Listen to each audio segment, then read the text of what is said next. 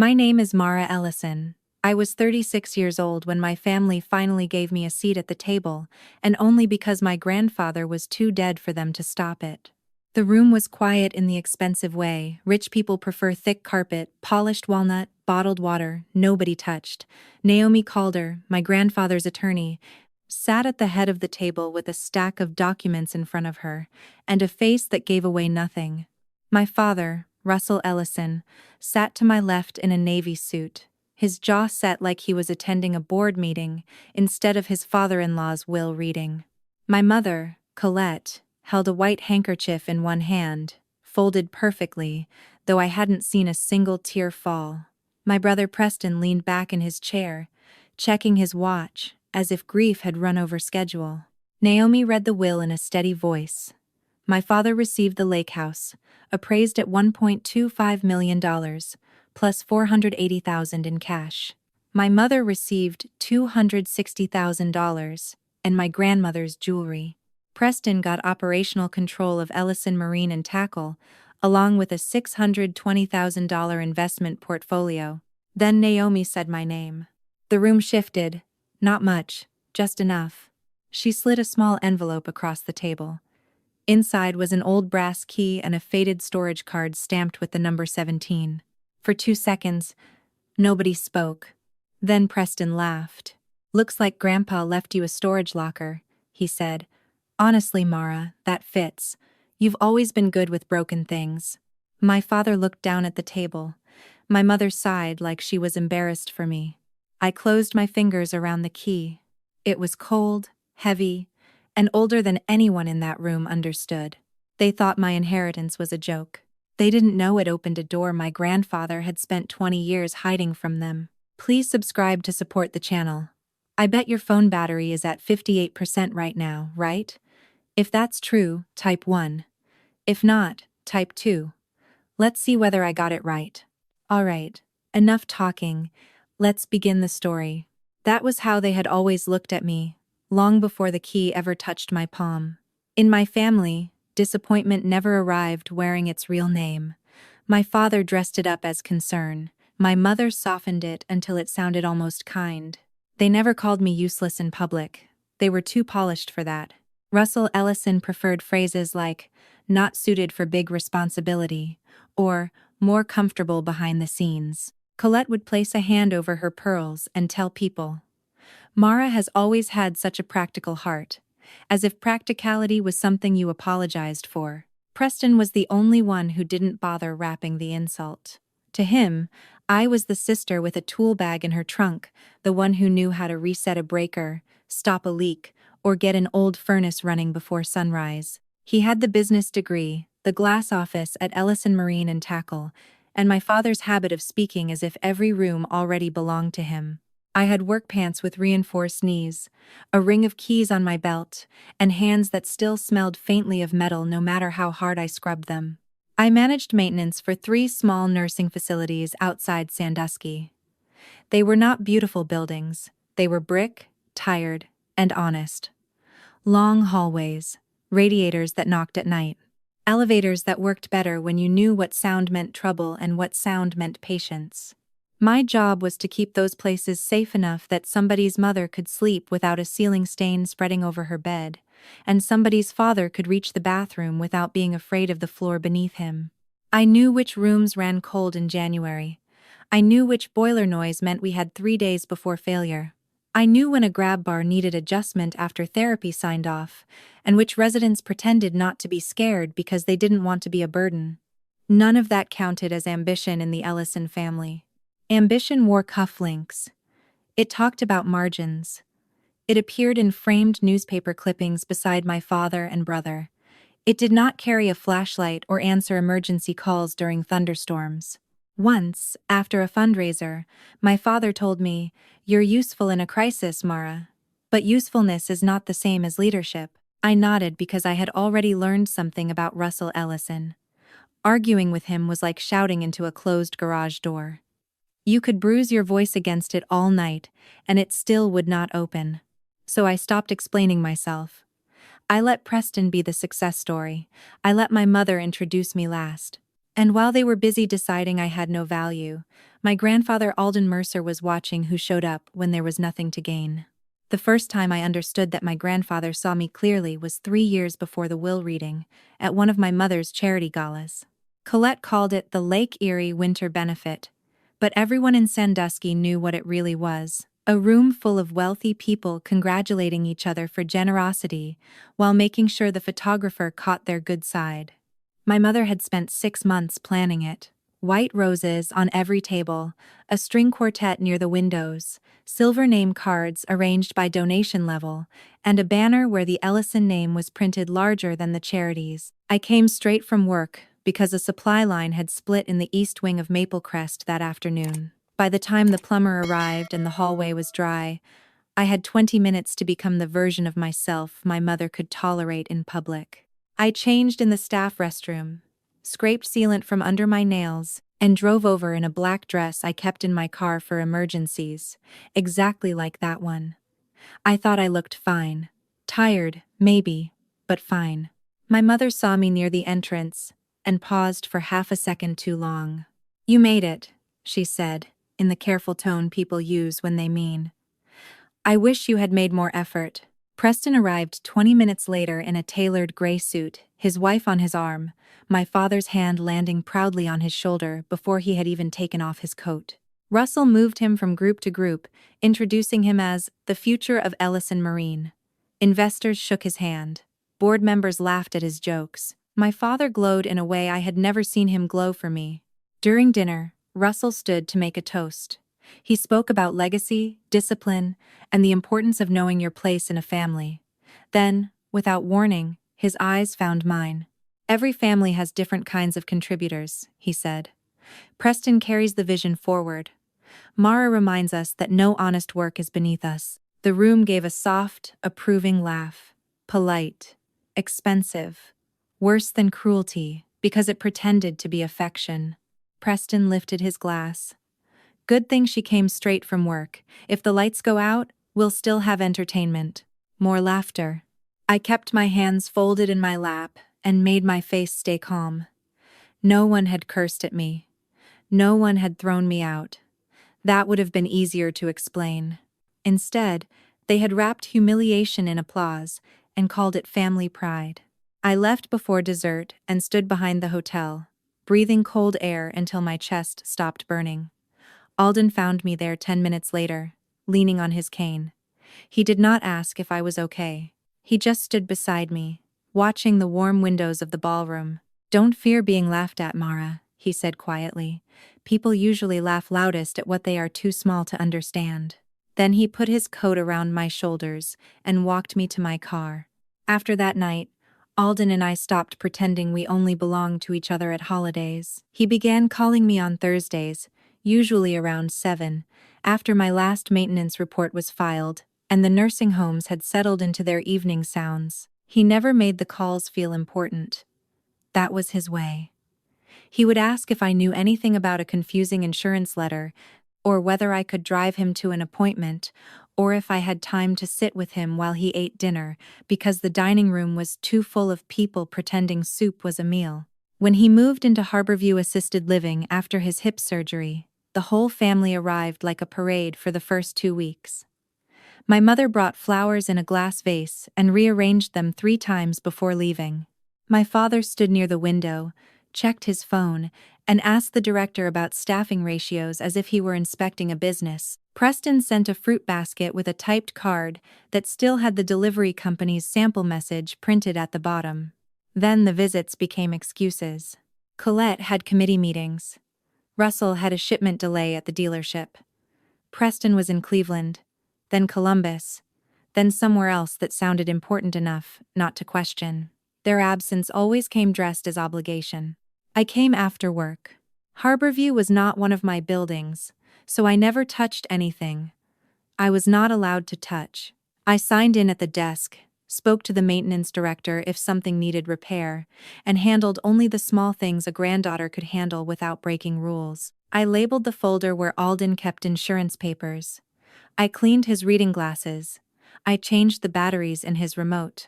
When his bedside lamp flickered, I replaced the bulb, checked the cord, and told the front desk the socket needed a licensed repair. Sometimes I brought chicken soup from the diner he liked near the marina. Sometimes I just sat beside him while he complained about the coffee and watched the weather move across the lake. He never praised me directly. Alden Mercer did not hand out soft words because he thought they spoiled too quickly. Instead, he corrected the way I folded a bill before putting it back in the envelope. He told me which docks froze first in January. He explained how one broken freezer belt could ruin a week's profit if nobody heard the warning sound in time. I thought he was passing time. Later, I understood he was teaching me. One Thursday, after I noticed a faint rattle in the small fan near his window, he looked at me for a long moment and said, "Most people only pay attention after something breaks. You notice before." I smiled because I thought he meant the fan. He did not smile back. 3 months before Alden died, there was a Thursday when the rain came down so hard the lake disappeared behind his window. Harborview felt quieter than usual, the hallways washed in gray light, the nurses speaking in low voices at the station. I had stopped by after work, expecting the same routine. Sit with him through dinner, sort 1 or 2 letters, listen while he complained about coffee that tasted like warm cardboard. But Alden did not touch the tray beside him. He sat in his recliner with a blanket over his knees, one hand resting on the armrest, fingers still broad and square from a lifetime of work. His body had gotten weaker that winter, but his eyes were clear that afternoon, sharper than they had been in weeks. "Close the door, Mara," he said. I did. "Top drawer," he said. "Under the blue folder." I opened the drawer beside his bed and found a faded storage card tucked beneath a stack of insurance papers. The corners were soft. The number 17 had been stamped across the front in black ink. When I placed it in his hand, his fingers closed around it slowly. "When they laugh at the key," he said, "do not explain yourself. Go to door 17. I looked at him. "What key?" He did not answer that. Alden Mercer had always believed a person heard more when they were not handed every word. "Promise me 3 things." I sat beside him. "First, you do not sign anything Russell puts in front of you. Not a temporary agreement, not a family authorization, not something he says is just to make things easier." My throat tightened. "Grandpa, what is this about?"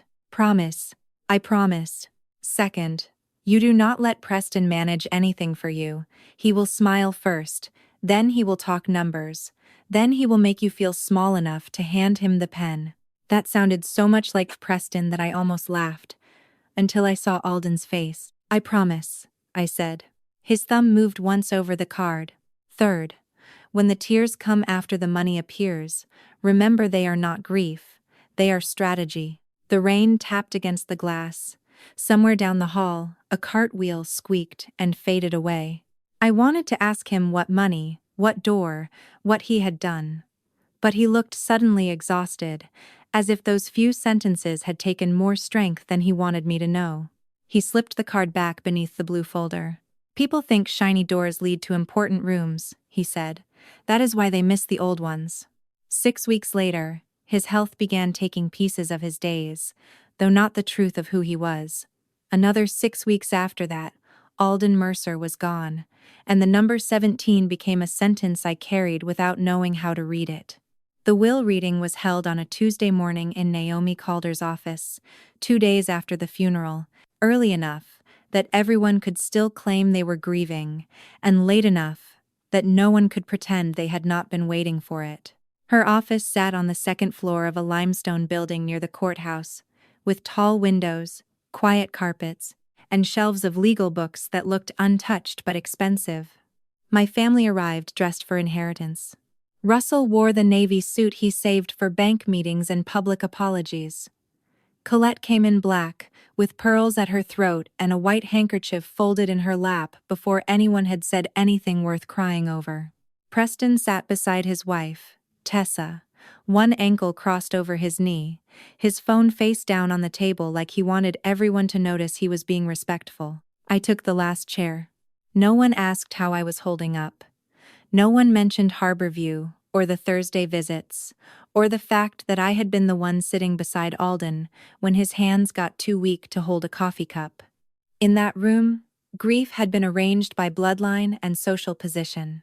I was present, but not included. Naomi opened the folder and began reading in a voice, so even it made the room feel colder. She did not perform sadness. I respected that. She gave each sentence the same weight, whether it carried a house, a check, or a name someone had hoped would be skipped. Russell received the lake property and a cash distribution large enough to make his mouth tighten with satisfaction. Colette received jewelry that had belonged to my grandmother and money she immediately pretended not to care about.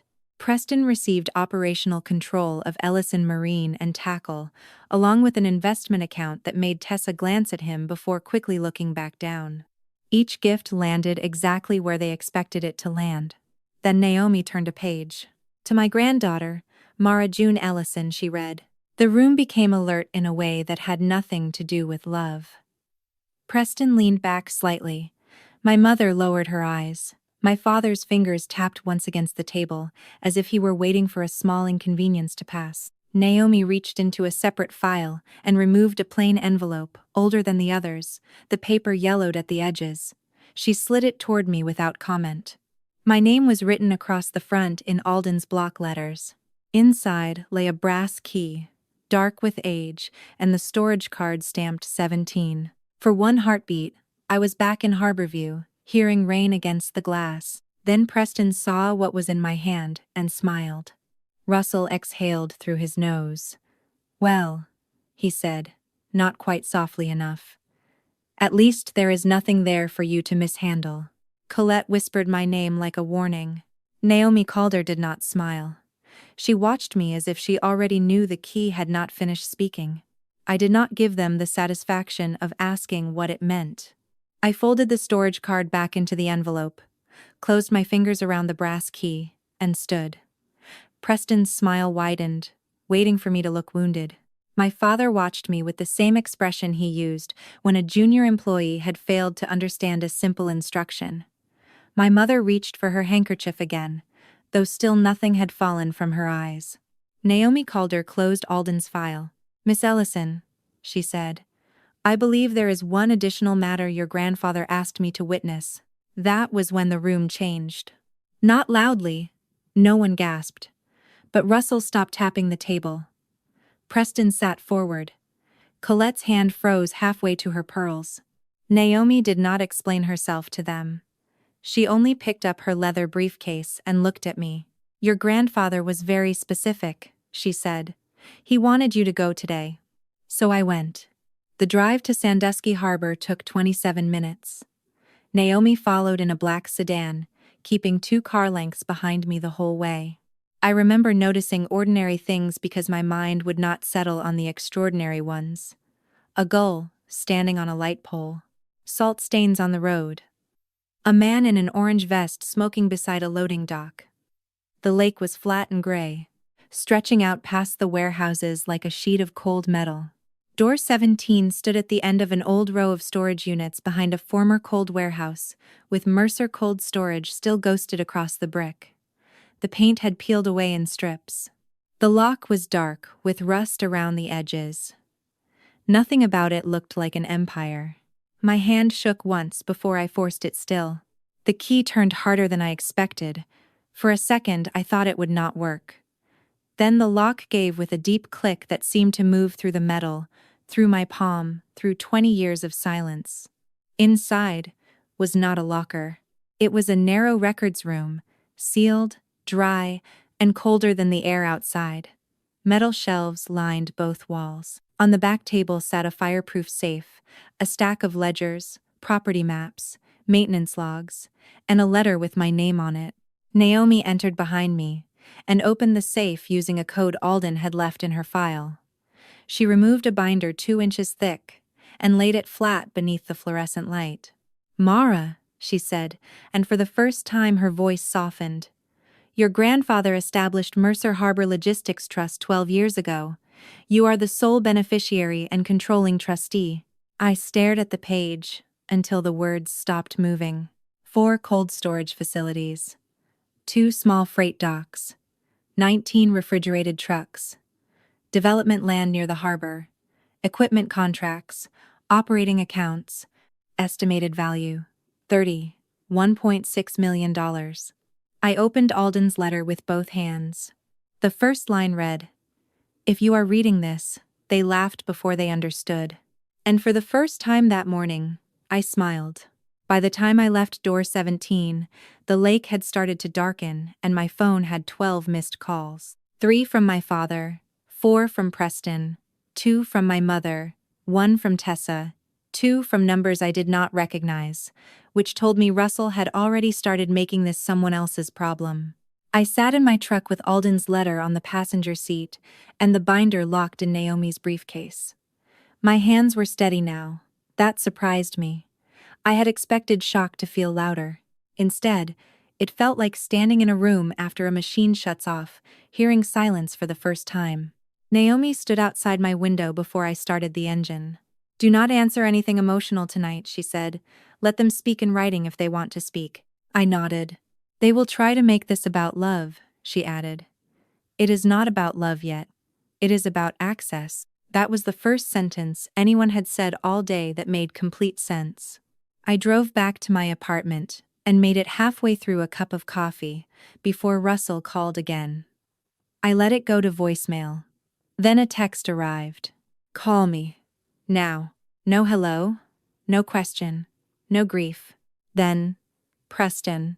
We need to discuss Grandpa's trust before you make mistakes you can't undo." A minute later, my mother sent a message long enough to fill the screen. "Mara, sweetheart, I know today was overwhelming. Your grandfather loved all of us. He would never have wanted one person carrying such a burden alone. Please don't let outsiders turn this into something ugly." Outsiders. That was what Naomi became the moment she knew the law. That was what Silas would become when I found him. That was what anyone became when they stood between my family and something they wanted. I did not answer. At 8:17, my father left a voicemail. His voice was controlled, but not calm. "That trust belongs to the family. Your grandfather was sentimental at the end. You are not equipped to manage industrial assets, logistics contracts, or harbor property. We will handle this properly. You will not embarrass yourself by pretending a key makes you a businesswoman." I played it twice. Not because it hurt, because I wanted to hear the shift. That morning, the key had been a joke. By evening, it was a responsibility too serious for me to hold. Preston called after 9. "This time," I answered. "Finally," he said. "Listen, I'm trying to keep Dad from overreacting. You don't understand what you walked into. Let me step in as temporary manager. 90 days, just until we figure out the structure." "There is no we, Preston." He laughed softly, the way he did when he wanted me to feel young. "Come on, Mara. Don't get defensive. You manage maintenance requests. This is real money." I looked at Alden's letter on the table. "No," I said. "This is real trust." The line went quiet. Then his voice changed. "You have until Monday to be smart about this." And there it was. Not concern, not family. A deadline. The word Monday stayed with me after Preston hung up. Not because he had threatened me. Preston had been threatening me in polished ways since we were children. It stayed with me because it was too specific. People said soon when they were angry. They said, before this gets worse, when they wanted control. Monday sounded like a clock someone else had started.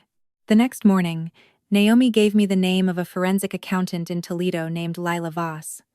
"She does not get charmed," Naomi said. "That is why I like her."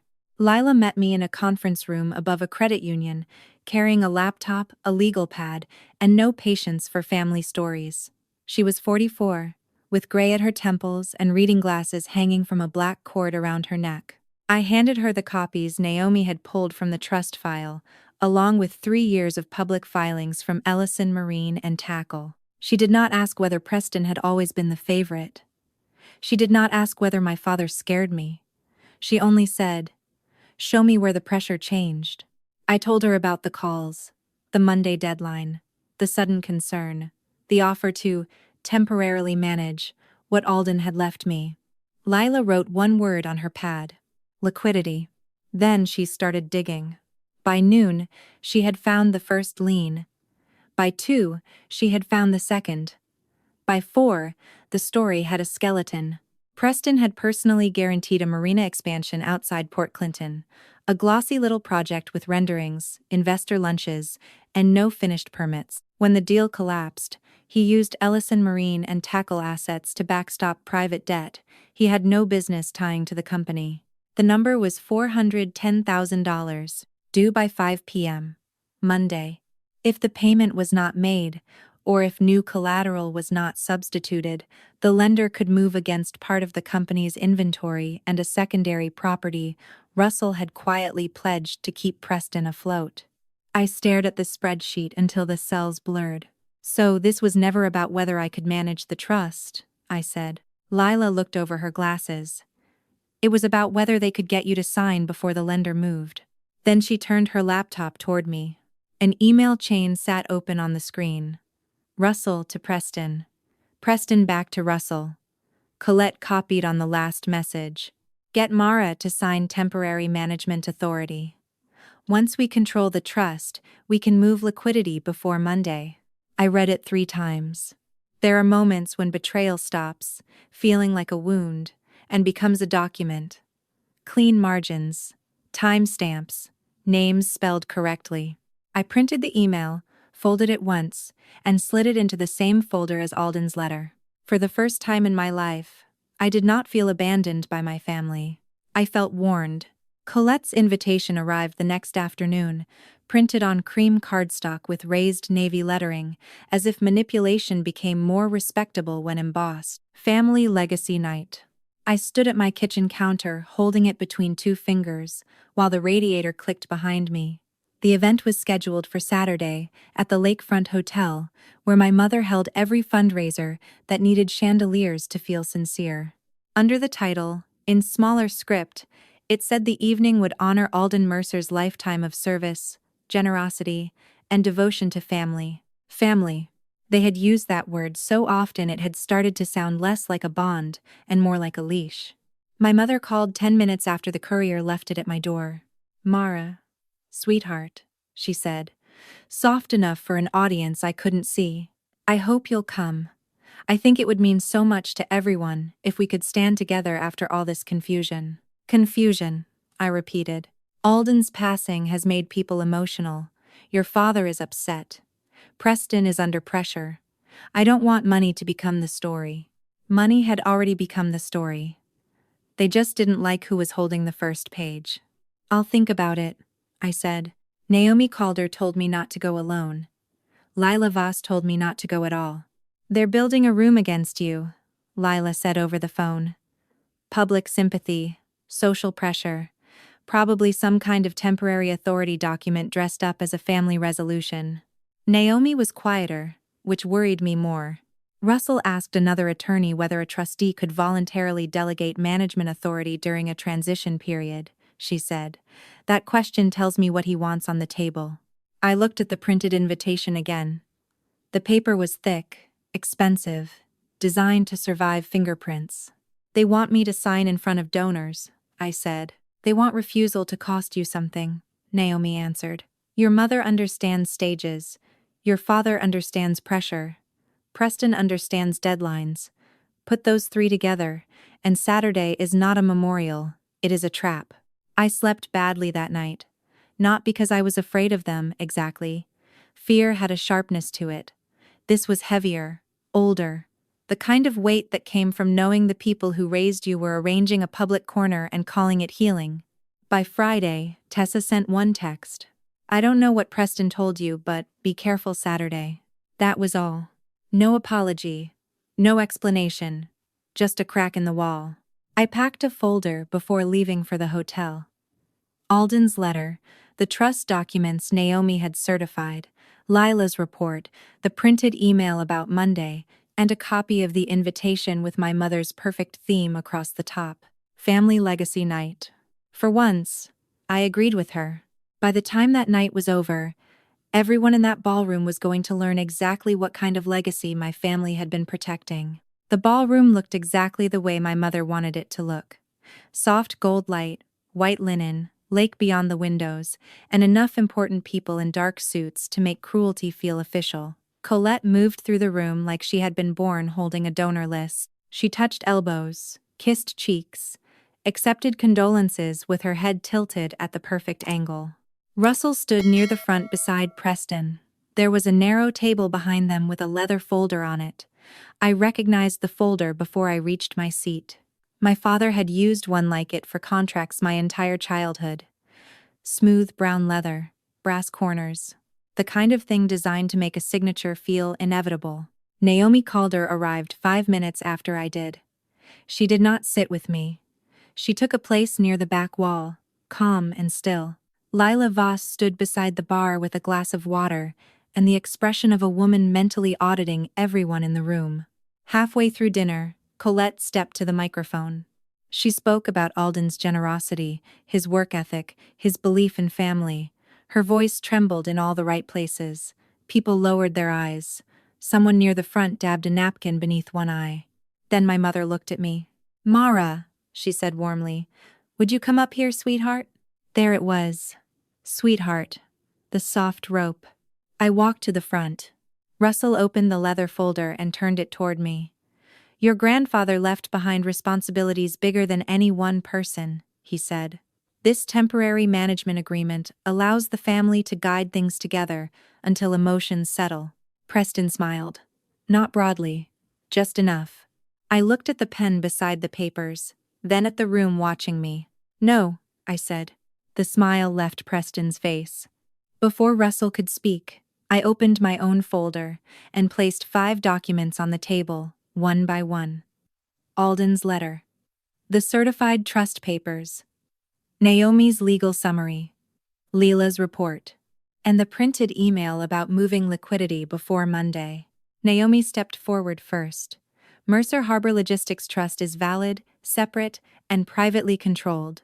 Mara Ellison is the sole controlling trustee. No family vote can override that." Lila followed, her voice flatter and sharper. "The urgency is not emotional. It is financial. Preston Ellison is facing a $410,000 collateral deadline by Monday at 5 p.m. The ballroom went still. I turned to my father. "You didn't ask me here to honor Grandpa. You asked me here to rescue Preston with the thing you laughed at." Colette's hand rose to her throat. Preston whispered my name like a warning. I looked at the room, then back at my family. Alden didn't leave this to me because I needed money. He left it to me because I was the only one who came to him without asking for any. The room did not erupt after that. Real exposure rarely sounds like shouting at first. It sounds like silverware being set down too carefully, like chairs shifting an inch, like people realizing they have been applauding the wrong performance. Preston stepped away from the table first, his face pale beneath the ballroom lights. Russell stayed where he was, one hand still resting near the unsigned agreement, as if he could force the paper to become true by touching it long enough. Colette lowered the microphone. For once, my mother had no sentence prepared. I left before dessert. Naomi walked me to the parking lot without saying much. Lila followed a few steps behind, carrying her water glass like she had forgotten she was holding it. The lake was black beyond the hotel, and the wind coming off it cut through my coat. I expected to feel victorious. Instead, I felt tired in a clean way, the way a room feels after old carpet is finally pulled up, and the floor underneath is exposed. By Monday afternoon, Preston's lender had been notified that Mercer Harbor Logistics Trust would not be used as collateral. By Tuesday, Russell stopped calling. By the end of that week, Preston was removed from active authority at Ellison Marine and Tackle, while outside accountants reviewed the damage. Tessa sent me one message. "Thank you for not letting them use your name to hide his choices." I did not know what to say back, so I only wrote, "Take care of yourself." I kept the trust. I did not sell the warehouses. I did not liquidate the trucks. I did not hand the docks to men who had laughed at the door that opened them. Naomi stayed on as legal counsel. Lila agreed to oversee the first full audit. And when I finally met Silas Boone, Alden's old operations manager, he looked at my work boots, then at the brass key in my hand, and nodded like he had been expecting both. The first thing we did was repair what had been ignored: freezer seals, loading bay lights, safety rails, payroll delays, small things, people called them. But small things were where collapse usually began. 6 months later, Mercer Harbor signed contracts with 3 local farms and 2 food pantries that had been priced out of reliable cold storage for years. I also started a repair fund for small nursing homes that could not afford emergency equipment work before winter. I named it the Door 17 Fund because Alden would have hated anything grander. I still keep the brass key on my desk, not because it made me rich, because it reminds me that sometimes the thing everyone laughs at is not small at all. Sometimes it is just waiting for the right person to understand what it opens. What Mara's story teaches us is that the people who underestimate you are not always strangers. Sometimes they share your last name. Sometimes they sit across from you at Thanksgiving, smile for family photos, and still fail to see your worth because your life does not look impressive to them. But value is not always loud. It does not always wear a suit, own the biggest house, or speak first in the room. Sometimes value looks like showing up after work when no one is watching. Sometimes it looks like fixing the small things before they become disasters. Sometimes it looks like sitting beside an old man in a quiet room, listening to stories everyone else was too busy to hear. Mara did not inherit Alden's hidden empire because she was the loudest, richest, or most polished person in the family. She inherited it because she was faithful in ordinary moments. She came without asking. She helped without performing. She paid attention when there was no reward promised. That is a lesson many people learn late in life. Character is built in private, long before it is rewarded in public. Family should be a place where your worth is protected, not measured against someone else's success. But when family becomes a place of control, shame, or manipulation, love also requires boundaries. Mara did not become cruel. She became clear. She did not use her inheritance to destroy everyone. She used it to protect what her grandfather trusted her to carry. And maybe that is the deepest part of this story. Healing is not always a hug, an apology, or a perfect reunion. Sometimes healing is keeping the key, closing the wrong doors, and finally walking through the one that was meant for you. So, I want to ask you, have you ever been underestimated by the people who should have believed in you most? Would you have signed the papers to keep the peace, or would you have done what Mara did? Leave your thoughts in the comments. I truly want to hear your side of this story. And if this story moved you, please like, subscribe, and stay with us for more real, emotional family stories about betrayal, resilience, and finding your own worth.